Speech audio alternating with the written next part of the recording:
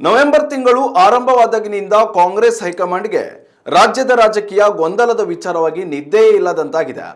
CM Siddaramaiah ಹಾಗೂ DK Shivakumar ಅವರ ಪದೇ ಪದೇ ದೆಹಲಿ ಭೇಟಿ ಹೈಕಮಾಂಡ್ ಪಾಲಿಗೆ ನುಂಗಲಾರದ ತುತ್ತಾಗಿ ಪರಿಣಮಿಸಿದೆ.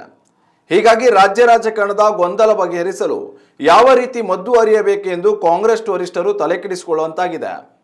ಕಾಂಗ್ರೆಸ್ ಕಚೇರಿ ಶಂಕುಸ್ಥಾಪನೆ ಆಹ್ವಾನ ನೆಪದಲ್ಲಿ ಸಹೋದರ ಡಿಕೆ ಸುರೇಶ್ ಮತ್ತು ಡಿಕೆ ಶಿವಕುಮಾರ್ ದೆಹಲಿಗೆ ಭೇಟಿ ನೀಡಿದ್ರು.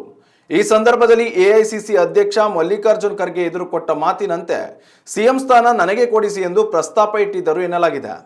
ಇದಾದ ಬಳಿಕ ನಿನ್ನೆ ಮಲ್ಲಿಕಾರ್ಜುನ್ ಖರ್ಗೆ ಅವರನ್ನ ಭೇಟಿ ಮಾಡಿರುವ ಸಿಎಂ ಸಿದ್ದರಾಮಯ್ಯ ಸಂಪುಟ ಪುನರ್ರಚನೆಗೆ ಬೇಡಿಕೆ ಇಟ್ಟಿದ್ದಾರೆ.